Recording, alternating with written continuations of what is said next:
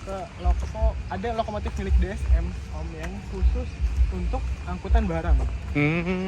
Jadi karena angkutan barang di sana lumayan tinggi, Iya. bahkan sampai era PNKA pun yang menopang penghasilannya PNKA Sumatera Utara itu mereka udah nggak butuh dari Jawa lagi Om, saya tahu.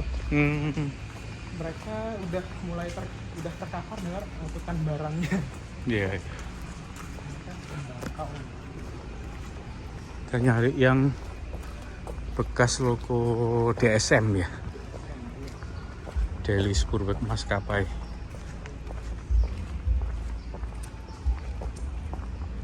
Kita ini banyak lokomotif dari ada 19 dari SJS. ada B17 dan B11 yang berbarengan ini dari Malang Setumprang, ada B2209 dari NIS. S1016 dari Sumatera Barat. Oh, Sumbar ya. Sumatera Festus. Ada F1015 lokomotif yang di Jawa juga ada, cuman ini dari Sumatera Barat. Oh, ini. Salah satu lokomotif yang sempat diboyong untuk dipamerkan di era pemerintahan Orde Baru itu ke Kanada Om. Saya nggak tahu.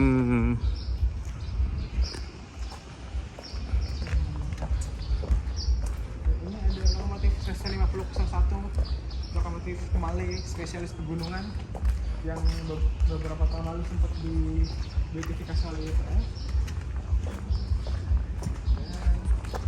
Ada B2705 dari SCS.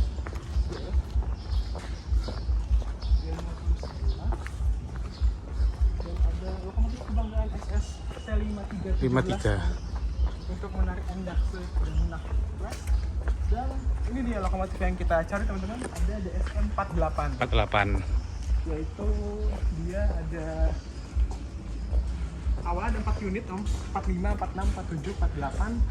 Itu kalau nggak salah buatan 1916, sama-sama buatan Wexpur, tapi dengan konfigurasi roda Sama tadi. 24. Oh, sorry. Tadi 24. 284. Tadi kan 26 264. 264. 284. Nah, mereka DSM memiliki jalur yang pegunungan Om, dari tebing tinggi itu ada jalur cabang ke arah Pematang Siantar, dekat Danau Toba. Akhirnya mereka membutuhkan lokomotif yang memiliki daya yang bisa nanjak. Oke. Nah, akhirnya mereka memilih untuk membuat lokomotif ini kepada Wexpur pada tahun 1916. Nah, boilernya sama seperti yang di senasib sama DSM 55 di depan tadi Om. Dia mendapatkan replacement boiler oleh DSM itu tahun 1950-an. Dan juga kalau nggak salah dipasang steam generator juga. Oh, itu ya. Dia lampunya langsung pakai elektrik. Iya. Ini kalau mau dijalanin, salah satu lok mau dijalanin bisa banget. Nggak tahu juga sih. Karena memang masih ini ya, masih komponennya masih bagus ya, Pak. Iya, itu boiler jaketnya belum copot. Ini masih bisa dibuka. Oh iya, masih bisa dibuka. Iya. Coba kita lihat. Kalau kita buka terlihat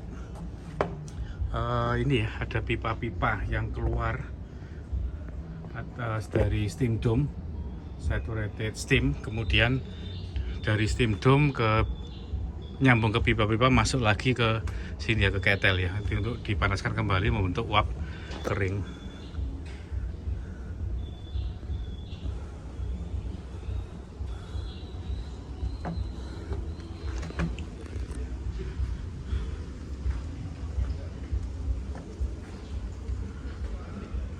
DSM 48.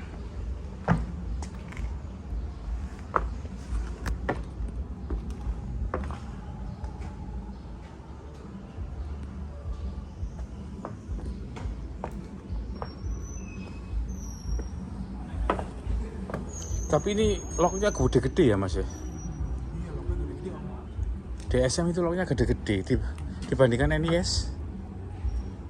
Kayaknya mungkin dia kelihatan ini kayaknya ininya deh, boilernya gede. Itu silinder bukan ya? Bolongnya. Yang mana? Itu 2 bolong kayak bukan ya? 2 bolong apa? Silinder piston ya? Iya. Iya. Boilernya gede banget, tapi bawahnya kecil.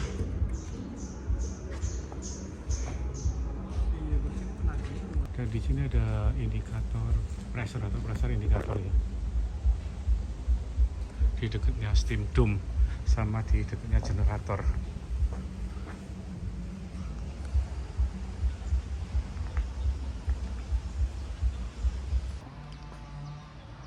Oke Mas Alvin, yang Iya, DSM 48 ini buatan mana dan digunakan DSM untuk rute mana ya? Oh, oke. Jadi teman-teman, ini depan kita sekarang udah ada lokomotif DSM 48. Oke. Salah satu dari 4 lokomotif yang pernah digunakan oleh Delizpur Maskapai, diproduksi sekitar tahun 1915-1916. Ini kalau nggak salah tahun dinasnya, kalau tidak salah ingat, 1916. Dibuat oleh pabrikan Wexpoor Belanda Oke. waktu itu, karena waktu itu semenjak sebelumnya DSM kan logonya kebanyakan Hartmann ya Om. Iya. Pada akhirnya itu juga banyak produksi dari dalam negerinya Belanda, waktu itu dari Wexpoor. Akhirnya salah satunya ini semua satu seri ini dibuat Wexpoor semua pada tahun 1916.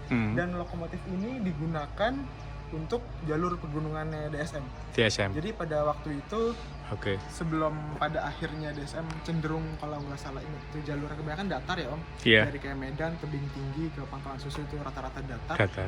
Terus sekitar tahun 1914-1915 DSM dari Delhi itu udah mulai bangun jalur ke selatan. Selatan ya. Salah satunya ke daerah bekas Kesultanan Asahan waktu itu, yang sekarang Kabupaten Asahan. Jadi dari Tebing Tinggi itu mulai bangun jalur ke daerah Kisaran, yaitu sekarang pusatnya dari Kabupaten Asahan kalau tidak salah. Pada tahun 1915 akhirnya mulai dijelaskan itu jalur datar. Lalu dari Tebing Tinggi juga dibuat bercabang ke daerah Tebing Tinggi, Pematang Siantar. Pematang Siantar ya. Mengarah ke Danau Toba. Iya. Akhirnya ke Pematang Siantar itu karena jalurnya pegunungan ya Om. Dia jalurnya cukup menanjak dan juga kemiringannya itu kalau nggak salah 20 per mil. Hingga pada akhirnya DSM waktu itu membutuhkan lokomotif yang bisa diandalkan di jalur pegunungan, hingga akhirnya memesan lok ini untuk spek di sana. Dan fun fact-nya adalah lokomotif ini termasuk yang terbesar dan juga terkuat yang pernah dimiliki oleh DSM. DSM itu kalau nggak salah dia bisa menarik beban berat 150 ton. Oke. Jadi kurang lebih itu kasarannya itu kayak 15 gerbong GR lah. Iya. Itu cukup besar, kita bisa lihat dari spesifikasinya ini sangat lokomotif pegunungan banget ya. Kalau nggak salah diameter roda penggeraknya ini ada 1100 mm, jadi sekitar 1 meter lebih ya? 1 meteran. Jadi kurang lebih diameternya itu kayak loko-loko CC50, DD52. Terus ini konfigurasinya kan 1DH2. Jadi ada satu roda idle di depan. Ini lalu ada 4 roda penggerak ini ya. Di tengah, lalu ada 2 roda penggerak di belakang. Iya. Desainnya begini. Untuk desain rodanya sendiri atau keseluruhan lokonya ini masih seperti lok-lok DSM pada umumnya ya. Bahasa desainnya masih sama karena ini di belakangnya ini cukup besar kabinnya.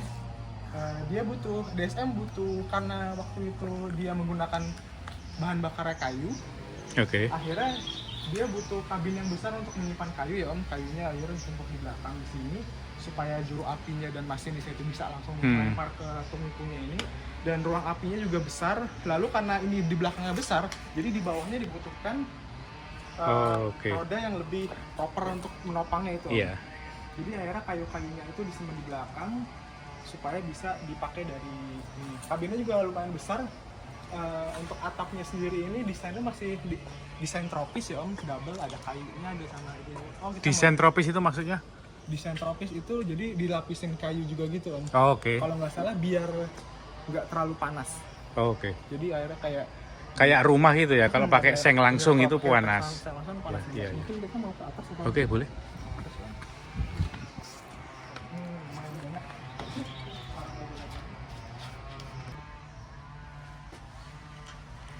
Oke, ini kita sekarang sudah ada di Kabinnya. dari lokomotif DSM 48. Dan di sini seperti kita lihat boiler tungkunya ini lumayan besar. Iya. Cuman sudah lumayan nggak terawat ya Om. Ini ada tuas pengeremannya di sebelah kiri. Lalu ini untuk tuas penggeraknya. Iya. Untuk maju mundur ya. Ini untuk kalau nggak salah tuas engsel rodanya supaya bisa maju mundur. Nah ini komponennya masih lumayan lengkap walaupun satu persatu lumayan hilang ya Om. Beberapa instrumennya masih berbahasa Belanda, walaupun beberapa kayaknya udah ada diganti plakat-plakat bahasa Indonesia. Oh ya, untuk perawatannya sendiri lokomotif ini juga masih sama Om, di apa namanya, Balai yang 10 Brian. Di dekat Medan ya? Dekat Medan. 10 Dan Brian. ini lokomotifnya lumayan, walaupun produksi 1916-an tapi lumayan berumur panjang. Karena pada tahun sekitar kemerdekaan 1445 sampai sekitar 1950-an, karena waktu itu DSM adalah salah satu perusahaan yang masih dimiliki oleh asing, DSM sendiri belum dinasionalisasi. Akhirnya mereka berupaya untuk memodernisasi ininya apa namanya, sarananya. Tapi gelap nggak di sini? Kenapa? Gelap nggak? Enggak. Oh, berarti dipotong aja. Iya. Nah terus karena waktu itu mereka butuh modernisasi sarana, akhirnya salah satunya daripada mau beli loko baru dulu, akhirnya dia berupaya untuk modernisasi barang yang udah ada dulu. Revitalisasi yang lama ya. Iya. Sampai waktu itu akhirnya mereka beli boiler ini baru sekitar 1950-an kalau nggak salah. Beli baru, dan juga ini sekalian dirubah, tadinya berbahan bakar kayu akhirnya dipakai bahan bakar minyak residu. Jadi sekitar 1950-an, makanya ini masih bisa hidup sampai 1980-an, sampai akhirnya bisa dibilang ke sini. Salah satunya karena masih hidup itu sih. Boilernya buatan mana ya Mas ya? Nah, itu kayaknya Eropa deh. Eropa. Soalnya selain ini juga setahu aku itu ada F10. F10 itu juga boilernya beberapa ada yang baru. Terus sama DSM yang di sana juga tuh DSM 55 sama yang di depan stasiun Medan itu ada DSM 38 yang tipenya sama kayak DSM 55. Terus nah ini juga udah dilengkapi speedometer, ini juga waktu itu lumayan canggih. Ini speedometer ya? ya? Nggak tahu ini speedometernya kayaknya jarumnya udah hilang. Oh, kalau speedometer berarti udah cukup modern ya Mas ya? Modern. Sorry, ini tadi atap-atap yang tropis ya? Atapnya iya, karena ini dia pakai kayu juga. Ini kan 2 lapis ya Om. Iya. Di dalam sini ada kayu dan di atas ini ada besinya supaya mungkin biar nggak terlalu panas biar nggak terlalu panas mungkin. Nah lalu di belakang sini seperti yang kita lihat ada tungku tempat ini ya. Bahan bakar kayu. Kayunya kan itu gelondongannya lumayan banyak ya, mungkin ditumpuk di belakang. Berarti semenjak diganti boilernya dan dirubah bahan bakarnya menjadi residu ya tadi ya. Berarti ini udah nggak fungsi ya Mas ya sini? Sepertinya gitu, udah nggak fungsi. Sama sekali. Oke. Nah selain karena pakai kayu bakar ya Om waktu itu, dan untuk pemasokannya sendiri itu kalau aku baca di buku UKMA Sturm Traksi itu, dia DSM juga punya perhutaninya sendiri. Oh, yang di sana ya? Iya, di daerah Perlanaan. Itu sebelah tenggaranya Medan, itu daerah Kabupaten Simalungun kalau deket-deket Kisaran deh kalau nggak salah. Simalungun itu bukannya Sumatera Utara bagian barat ya? Bagian barat ya? Oh, nggak salah. Kalau Pantai Timur sebelah tenggara sih tadi. Oh, tenggara ya? Nah itu di sana ada perhutaninya, jadi DSM kalau butuh bahan bakar kayu dia bisa dipasok. Ambil dari sana. Walaupun kurang tahu selain itu main cadangan utamanya di sana atau dia ngambil dari tempat lain lagi, itu belum kita cross check. Cuman di situ kalau dari buku UKMA salah satu kayu yang dipakai itu ada kayu cemara yang kalornya itu lumayan tinggi, ribuan kilokalori kalau nggak salah, 4.500-an. Terus ada juga kayu laut, itu kalau nggak salah di UKMA tuh dibilang ditumpuk di daerah Pangkalan Susu dekat Aceh. Oh, oke. Yang Medan ke arah utara ya. Kayu cemara, ada kayu laut itu, jadi kalori itu sekitaran 4.500 sampai 5.000-an kilokalori per kilogram. Kayu cemara termasuk tinggi juga ya, 4.500. Iya, itu lumayan panas ya. Iya. Kalau di Jawa pakai kayu apa? Untuk lokomotif. Bukannya kayu jati. Oh, kayu jati ya? Iya, yang di kalau nggak salah SS itu punya di antara stasiun Kertosono sama Nganjuk. Oh iya. Oh, sama di ini. Aku tuh sempat baca kalau di Jawa itu salah satunya ada di daerah Benculuk. Itu Banyuwangi. Iya, masuk ya. SS juga. Itu kalau foto-foto lama itu ada kayak di sorry mas, saya agak lupa. Entah stasiun Kertosono atau stasiun Nganjuk itu, pokoknya antara keduanya itu ada tumpukan di dekat stasiun itu ada tumpukan potongan-potongan kayu itu loh. Kalau di arsip itu setahu aku tuh keywordnya Hochstapelplatz kalau nggak salah. Iya. Kayak penumpang. Cuman lupa itu pokoknya sekitar antara Nganjuk sama Kertosono. Oh iya. Mungkin kita mau turun Om. Oke. Di atas kayaknya lumayan panas. Iya. Kita coba turun. Ini kita sekarang udah di bawah lagi ya teman-teman. Nah, Iya. seperti yang dilihat di capnya di bawah sini, capnya itu masih ada. Bersiap itu maksudnya berat siap sekitar 60 ton dan berat kosongnya itu sekitar 46.600 kg atau 46,6 ton.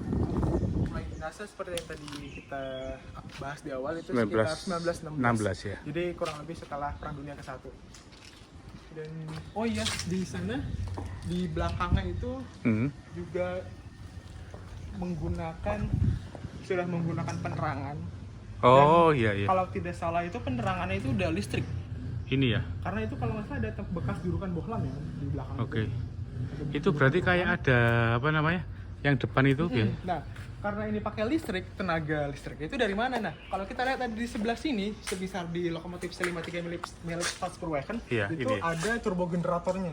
Yang ini ya. Iya, cuman karena milik C53 ini di bawah cukup lumayan gampang untuk dilihat. Nah, kalau untuk punya DSM sendiri itu lumayan tinggi Om. Nah, kalau kita lihat di atas sana itu, Oh nah, iya itu iya. adalah turbo generator ya. Cuman aku lupa itu merek buatan mana. Mungkin bisa di zoom di sana. Itu kalau nggak salah itu setauku buatan, kalau nggak salah ingat ya, buatan Inggris. Itu berarti untuk melayani dua lampu ya, yang bagian depan sama yang belakang sana tadi ya. Iya, untuk depan dan belakang. Nah, cuman untuk penerangan di gerbongnya sendiri tuh aku lupa apakah dihasilkan dari sini juga Oke. atau enggak. Soalnya kalau dari gerbong-gerbong kereta penumpang di Jawa itu dihasilkan dari ada, pokoknya setiap gerbong itu punya ininya sendiri. Iya. Nah, kalau yang di Sumatera aku belum ngulik lagi. Nah, selain ada turbo generator, kalau kita lihat di sebelah kanannya itu ada ya salah satu benda yang agak Iya. mencolot ke kanan itu, aku lupa itu speedometer untuk apa, pokoknya itu lumayan, waktu itu lumayan canggih juga. Mungkin untuk kadar pemanas rokok atau apa? Itu apa? Itu semacam apa Pak Mas? Ya itu aku belum, kalau nggak salah di semacam speedometer untuk apa gitu. Kecepatan berarti. Kayaknya kalau Iya, ini bisa di kayak untuk mungkin buat ini kali Om, buat berapa udah panas udah berapa gitu. temperaturnya mungkin ya. Oh. Speedometer ya. Iya, bisa dimonitor dari sini, bisa dimonitor dari ini, dari kabin. Dan untuk ada sisi kotak sebelah sini itu ada untuk penyimpanan airnya, dia disimpan di sebelah sini. Nah, cuman cukup kalau lebih lihat itu. Nah, ini kurang tahu apakah dia kanan kiri aja atau ada ngolong di bawah boiler. Di bawahnya gitu. ya. Soalnya kalau dari D14 itu kan dia desainnya kanan kiri, cuman ada di bawah boiler kayak gini tuh. Tapi kayaknya ada penghubung Mas, pipa penghubung. Kayaknya ada penghubung. Iya, ini. Ini loh. Oh iya. Ini pipa penghubung. Iya. Oh, kayaknya biar stabil ya. Iya. Kalau mungkin gini kan supaya airnya nggak ini. Oh iya. Ini. Ada pipa penghubung di bawah tadi. Nah, cuman di depan ini, nah dia kalau di depan ada lensanya, lampu depannya. Oh, ada ininya. Ada bekas bohlamnya gitu. Iya. Itu biar apa namanya, sorotnya itu lebih. Iya. Mungkin lebih ke jarak jauh ya. Lebih ke jarak jauh. Karena ini lokonya lumayan, menurutku lumayan gagah. Ditambah lampu ini juga lumayan gagah ya. Ini salah satu barang yang DSM mungkin akan bangga kalau ngeliatnya sekarang udah dikonservasi di Taman Mini, soalnya ini lumayan. Berarti termasuk salah satu logo terbesar yang dimiliki DSM ya? Iya, selain nggak tahu kalau selain sama DSM yang 55 kan, untuk penumpang, nah ini untuk barangnya lumayan besar sih waktu itu. Oke. Ini mungkin enggak sih, setara D14 nggak Pak? Nah kalau untuk tenaga, iya. Nah kalau untuk tenaga aku belum sempat compare, cuman mungkin kurang lebih sama. D14 ya? Karena kan D14 juga buat pegunungan ya waktu iya. itu. Salah satu di daerah Cianjur. Oh iya, untuk tenaganya sendiri dia sudah memakai superheater ya Om. Iya. Udah pakai superheater di dalam itu kalau nggak salah masih ada komponen superheaternya, walaupun kalau dibuka itu cukup disayangkan banyak sampah. Iya. Nah ini ada lubang-lubang silindernya juga di bawah ini. Oh iya, itu ada lubang silinder. Cuman ini loh yang agak baru tahu ya Mas. Ini kan baja lingkaran untuk ketelnya yang warna coklat ini ya. Iya. Biasanya di tengah-tengah gini ada insulation, thermal insulation, ini enggak ya? Oh ini nggak ada ya? Enggak ada ya? Tapi thermal insulation itu berarti udah penemuan lama ya? Harusnya di apa namanya? Kalau untuk agak lupa sih thermal insulation itu apa namanya? Penemuan lama atau tidak. Yang jelas ini setidaknya menghambat ini ya panas keluar dari ketel ini ya. Oh iya, berarti ini kayaknya sisa boiler jaketnya aja ya? Iya. Kalau biasanya kalau di logo itu disebut jaket ya.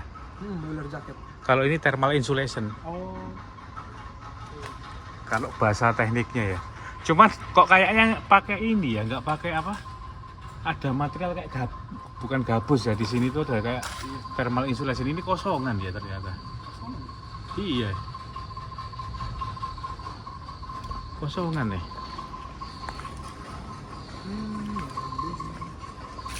Terus ada tambah lagi Mas yang untuk DSM 48 ini. Kurang lebih kayak gitu sih Om untuk DSM 48 ini. Oke. Siap-siap Mas.